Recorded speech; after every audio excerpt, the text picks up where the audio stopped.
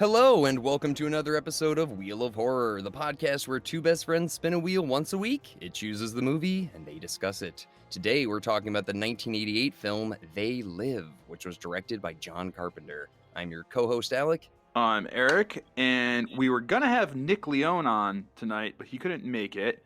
So, last minute, calling an audible, Joe Testa is joining the show tonight. Joe, welcome back to the show again. We love having you.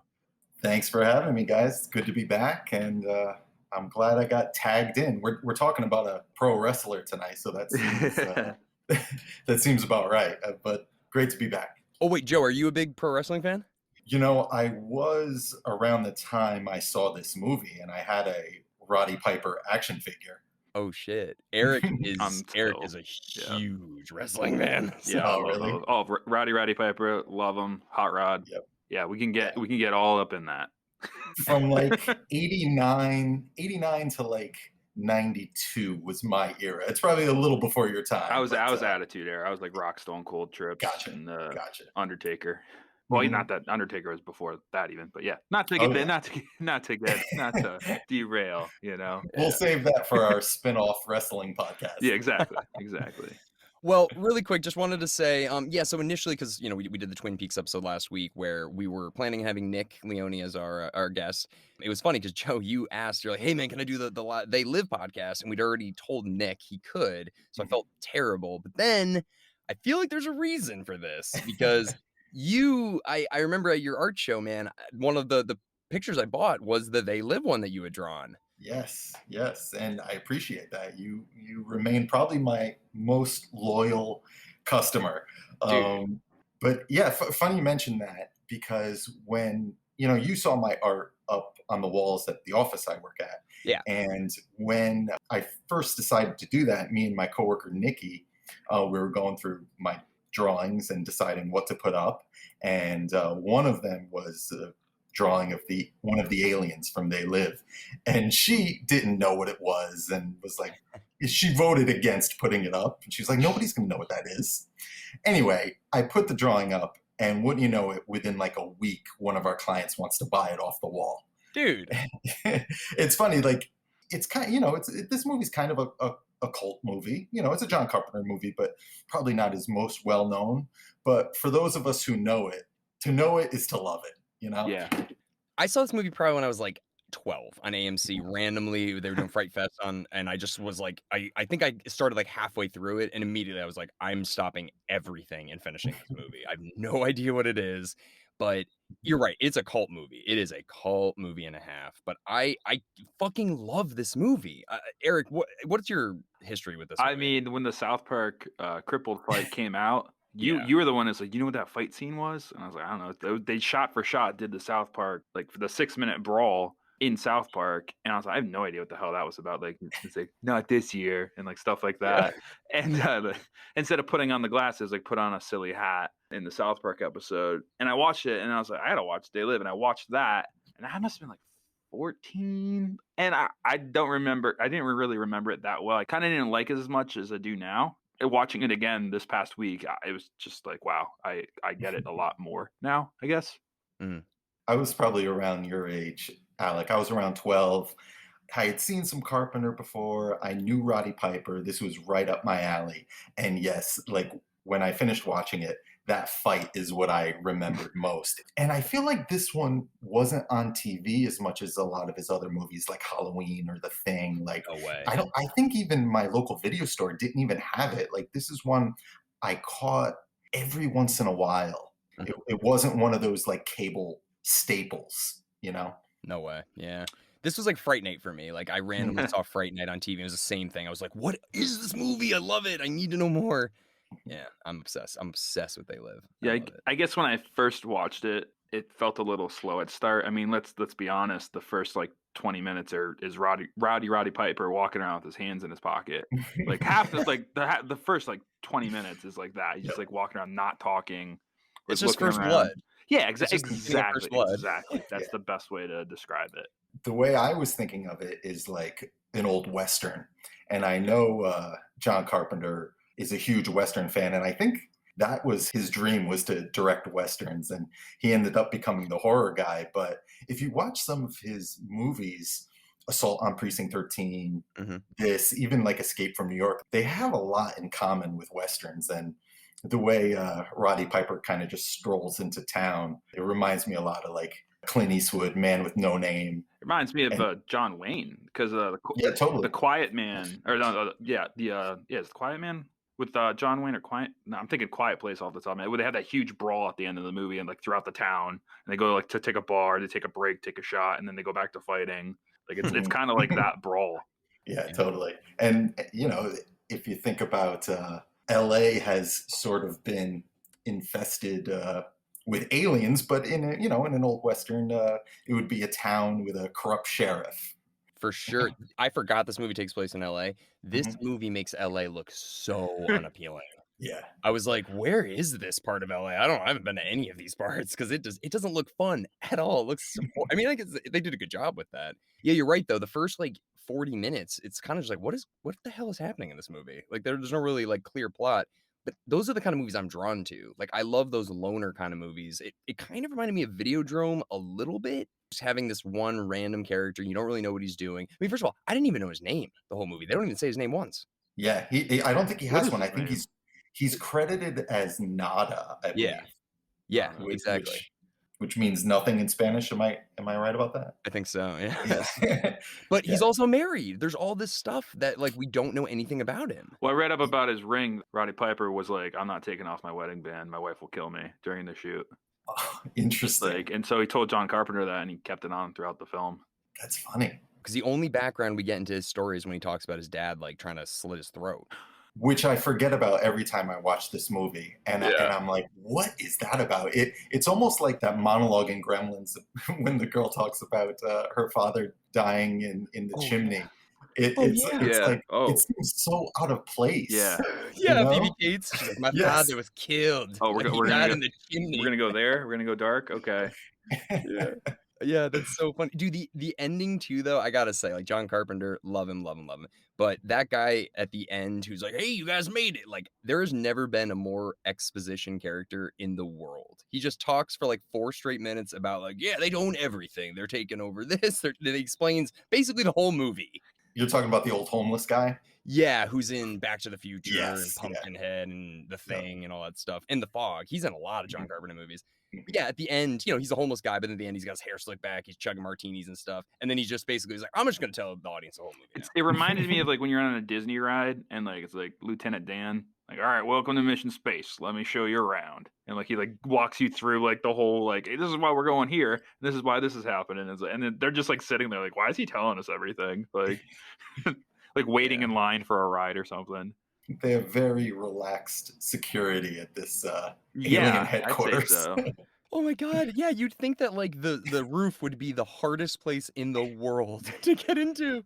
Yeah, it was crazy. It's just one crystal. Just shoot it twice, you're I good. mean, or just security cameras in general, considering they watch over every one of these like flying saucers that they would have like some in those long hallways. I don't know.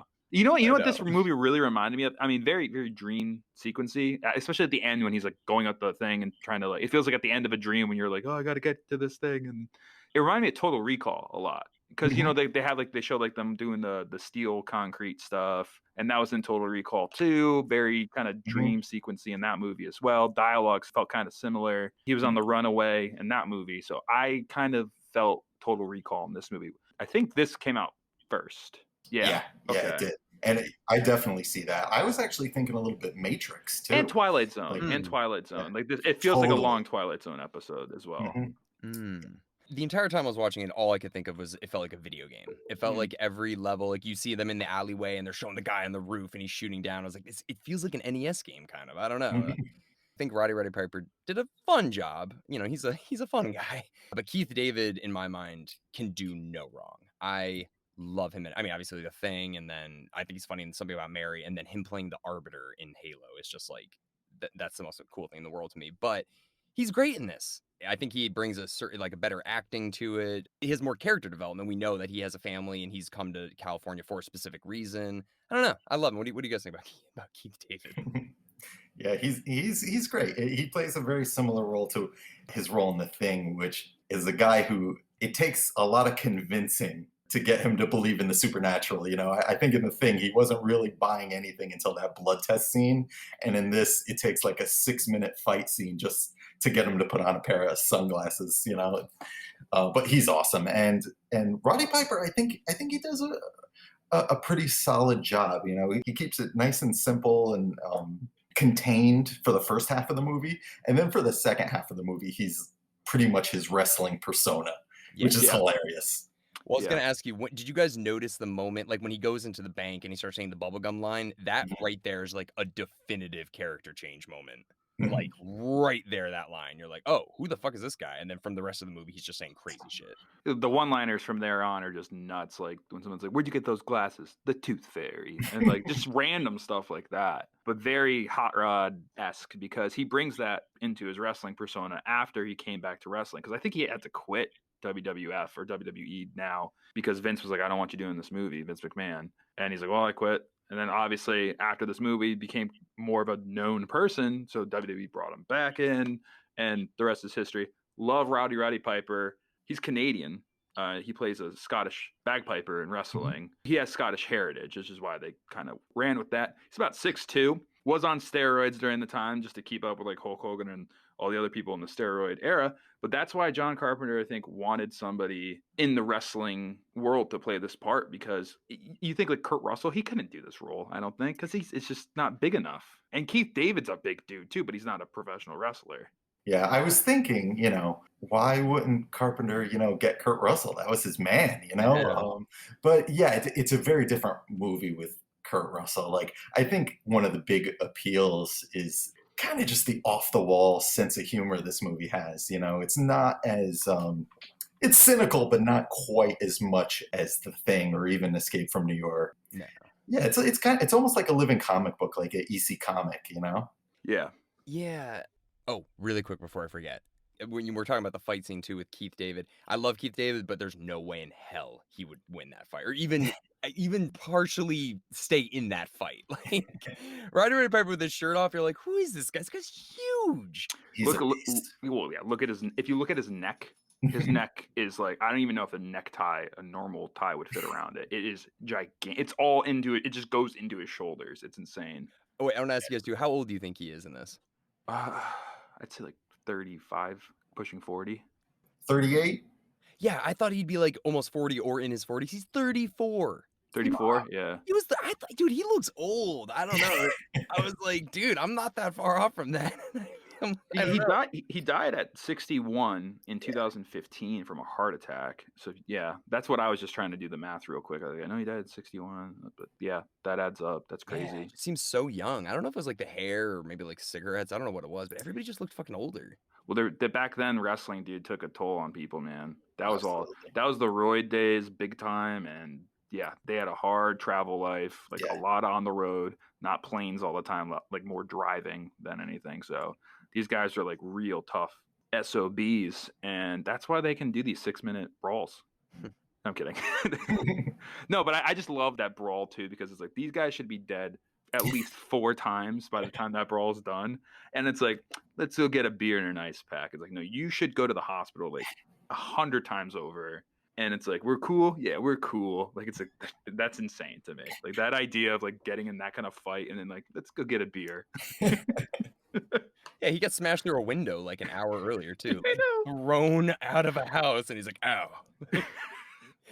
Yeah, he had a rough day. If you think about it, like all the way up to the end. That's one of the more lovable things I think about his character is he just gets the shit beat out of him throughout the whole movie. It's almost like Ash in Evil Dead 2. Yeah. He just takes such a beat, and you gotta love him. Oh, he fights those 2 cops in the alley too at one point. Like, dude, yeah, he got his ass kicked that whole time, and he just came off a hard day of work too. So it's like, damn, this guy's having a rough week. Well, even the beginning when he's sitting down talking to that old woman, she's like, "What was the last job you had?" And he's like, "Denver, Colorado." It's just like the whole town. Like, what the fuck were you doing out there? And like, what is he? He's just this drifter. I don't know. And then he just saves the city basically in one day. Do you guys think this could ever happen? Do you think this is happening? Yeah. Short answer, yes. It's kind of like what he says in the movie when he sees, I think it might be the president or some politician talking on TV. He says to himself, it figures to be something like this, and that's definitely relatable. Yeah, man. It just, I mean, really think about this. Like, if aliens came down and they started talking to the people, they're like, all right, we're either going to kill all of you and just take all your shit and force you into slavery, or you can work with us. So, what do you want to do? I feel like a lot of people would do that. I just like the idea that like a homeless guy is the guy who's going to save the day. I think that's a cool concept. He just happens to stumble upon the people that are fighting the resistance, finds the glasses, and then goes off from there. He's like, you know what? This is my purpose now. That's such a basic but cool idea. Someone the bottom of the barrel is going to take on the machine. I like that. Mm. Yeah. And I think Carpenter loves characters like that. And Carpenter kind of is that character. I always thought of him as like just this blue collar rebel, Hollywood rebel, and if you listen, he has some great interviews. It depends what mood you catch him in, but he's like just a really cantankerous soul. And he's been very upfront about the subtext of this movie, which isn't even subtext, but he made this movie as like a straight up assault on like Reaganomics and 80s yuppies and 80s decadence. And yeah, I mean, it's right there on the surface, but you can still appreciate this movie as just a kick-ass action sci-fi movie and not necessarily, a message movie. Right. Yeah, it does beat you over the head senselessly with what they're trying to say. Like, okay, consume, we get it. Okay, we're sheep. We're sheep. Yeah, I don't know. The makeup, I like it. I think it's iconic. But when you first see the aliens, you're kind of like, what's with those eyes? Those are like, what are those ping pong balls? Like, what the fuck? Mars Attacks, like Mars Attacks looks way better, I think. Yeah, no, well, that's all CGI, but yeah, I don't know. I was a little like, come on, John, come on. I like the choice of when he has the sunglasses on, his point of view is in black and white. And I like that choice. It definitely reminded me of like a Twilight Zone episode, like Erik said. I actually think it helps with the look of the aliens too. I don't know, like, yeah, there's something kind of cheap and hokey about it, but I don't. They almost look like zombies, or like we don't know much about the aliens. It's really interesting. It leaves a lot to your imagination. Like, are they aliens? I mean, there is some kind of outer space connection, but yeah, well, you see them going across the universe in that underground thing. Like they're definitely from space. Yeah, or maybe it's interdimensional. I don't know. Yeah, but it's well, a I good think it point. might be. Well, they say the only thing they say is Andromeda is the planet. It's like now going to planet Andromeda, and then they like shoot them away. So, but yeah, they don't. It could be interdimensional beings. It could be like mole men that have risen from the core of the earth. Like we don't really know anything about them. We don't know anything about the lead character in this movie. It's just.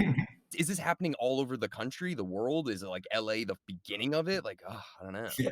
Did that one satellite being destroyed, totally destroy their entire world domination plan? Right? It's they definitely need like a backup generator, like to that thing for sure. Absolutely. Yeah, come on. Like if that's like the one thing that foils your plan, like come on. It was so easy.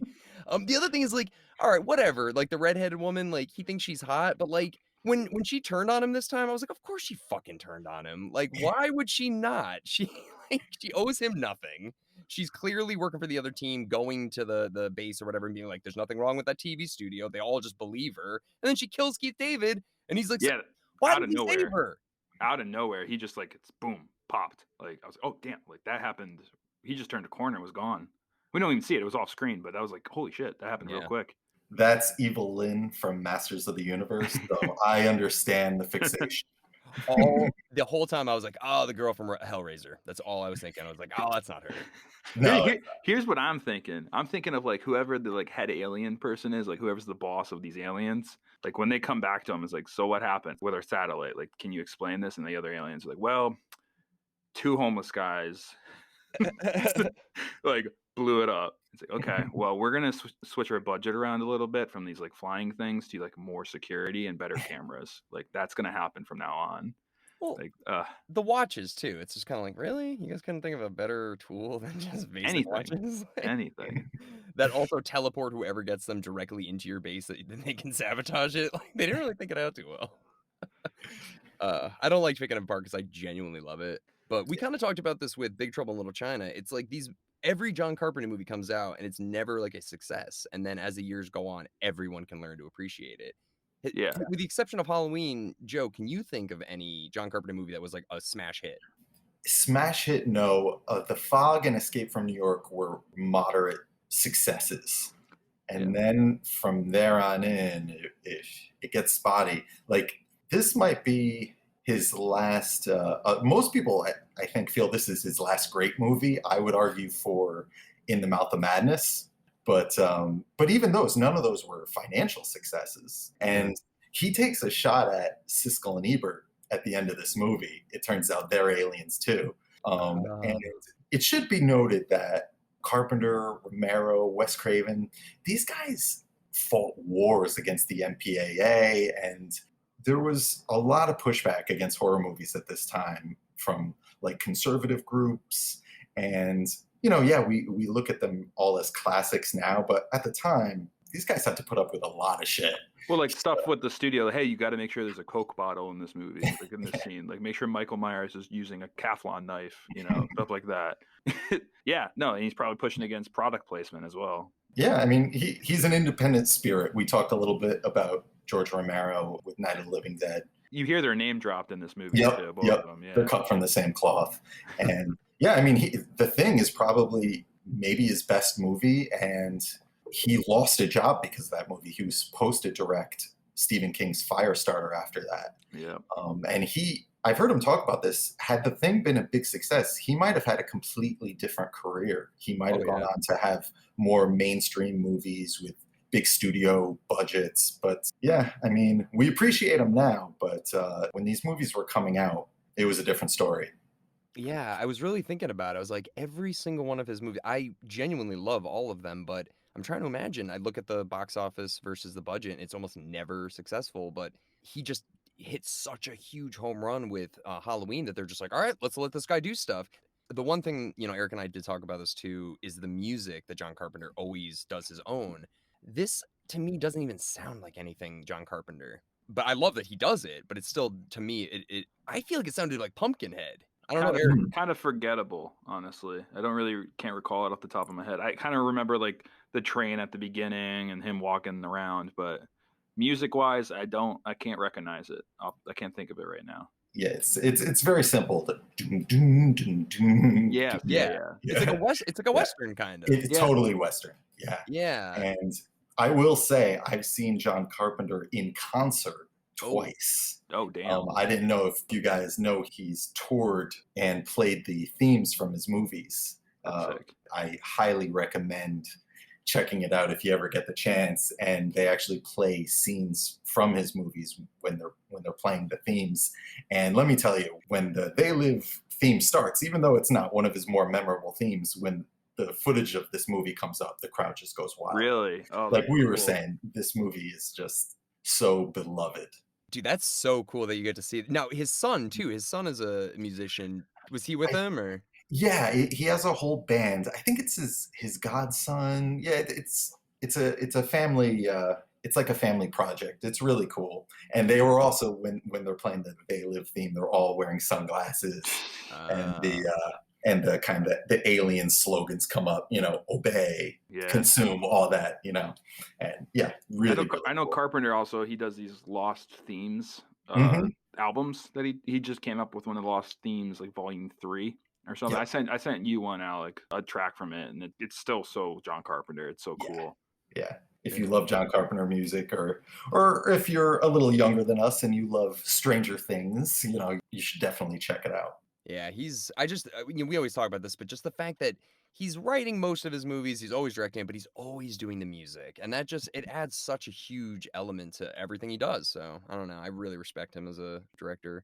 I wanted to ask you guys too, what do you think the aliens are trying to get from us, from the planet? Because it's like they're not trying to take it over. They need us to get married. They need us to reproduce. They need us to basically have an economy that's stimulated. But what do they want? Like, what are they trying to get from us?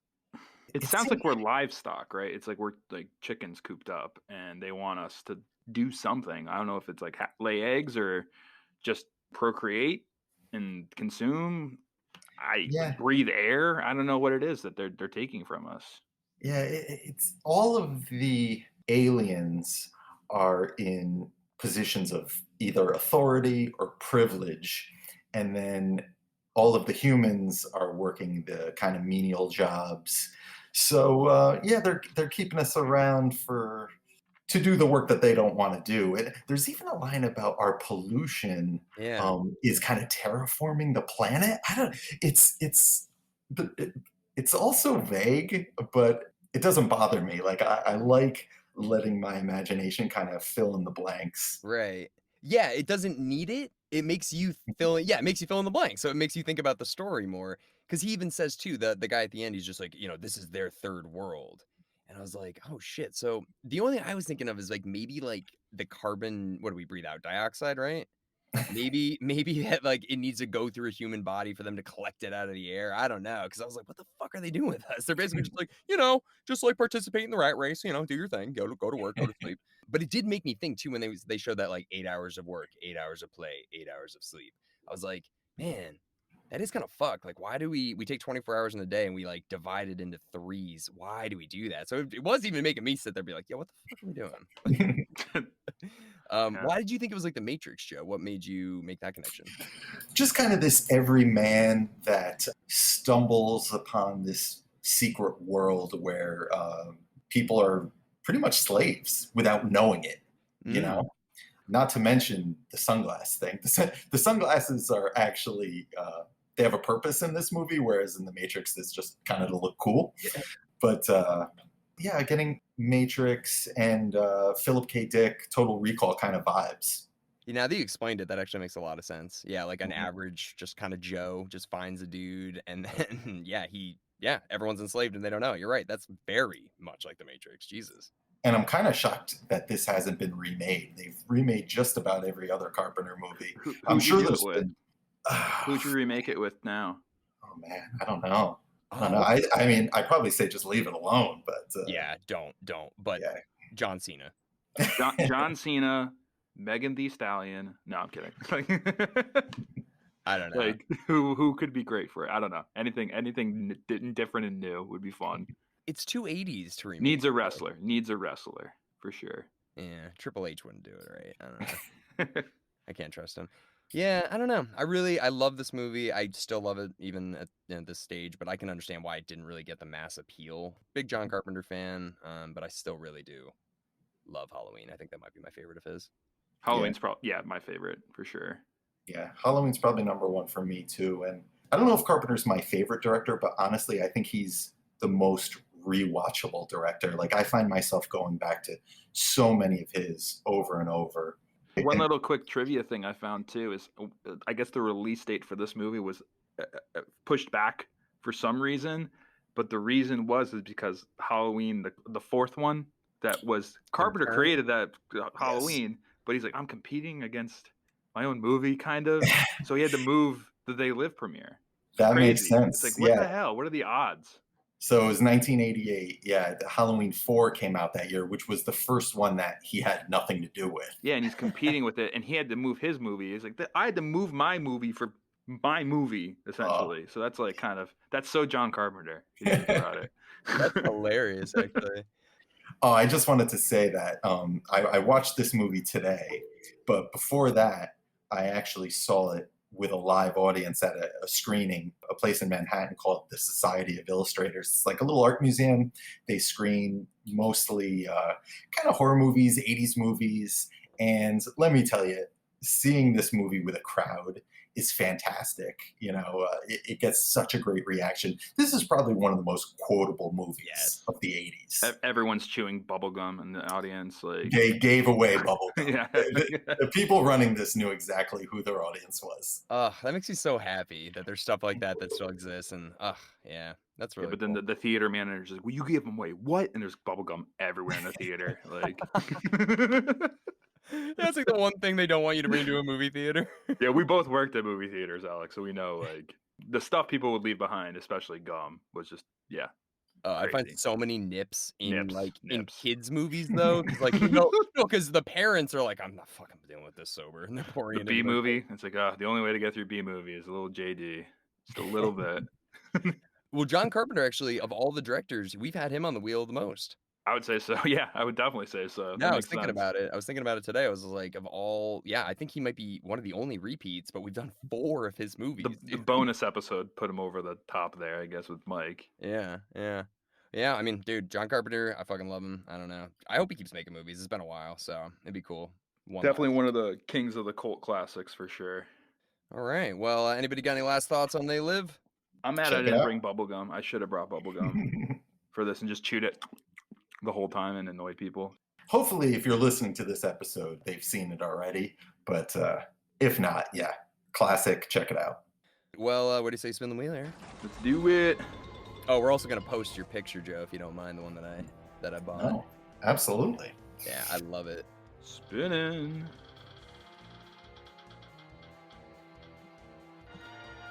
Happy Death Day. All right. So we have Mike Vito Hansen as our Oh, guest boy. for one. Yeah, it's Oh, gonna be boy. fun. Haven't seen him in a while. Well, Joe, thanks again, man. You jumped in last minute. I'm so happy to always love hearing from you. So thanks again, man. Always a pleasure, guys. Anytime.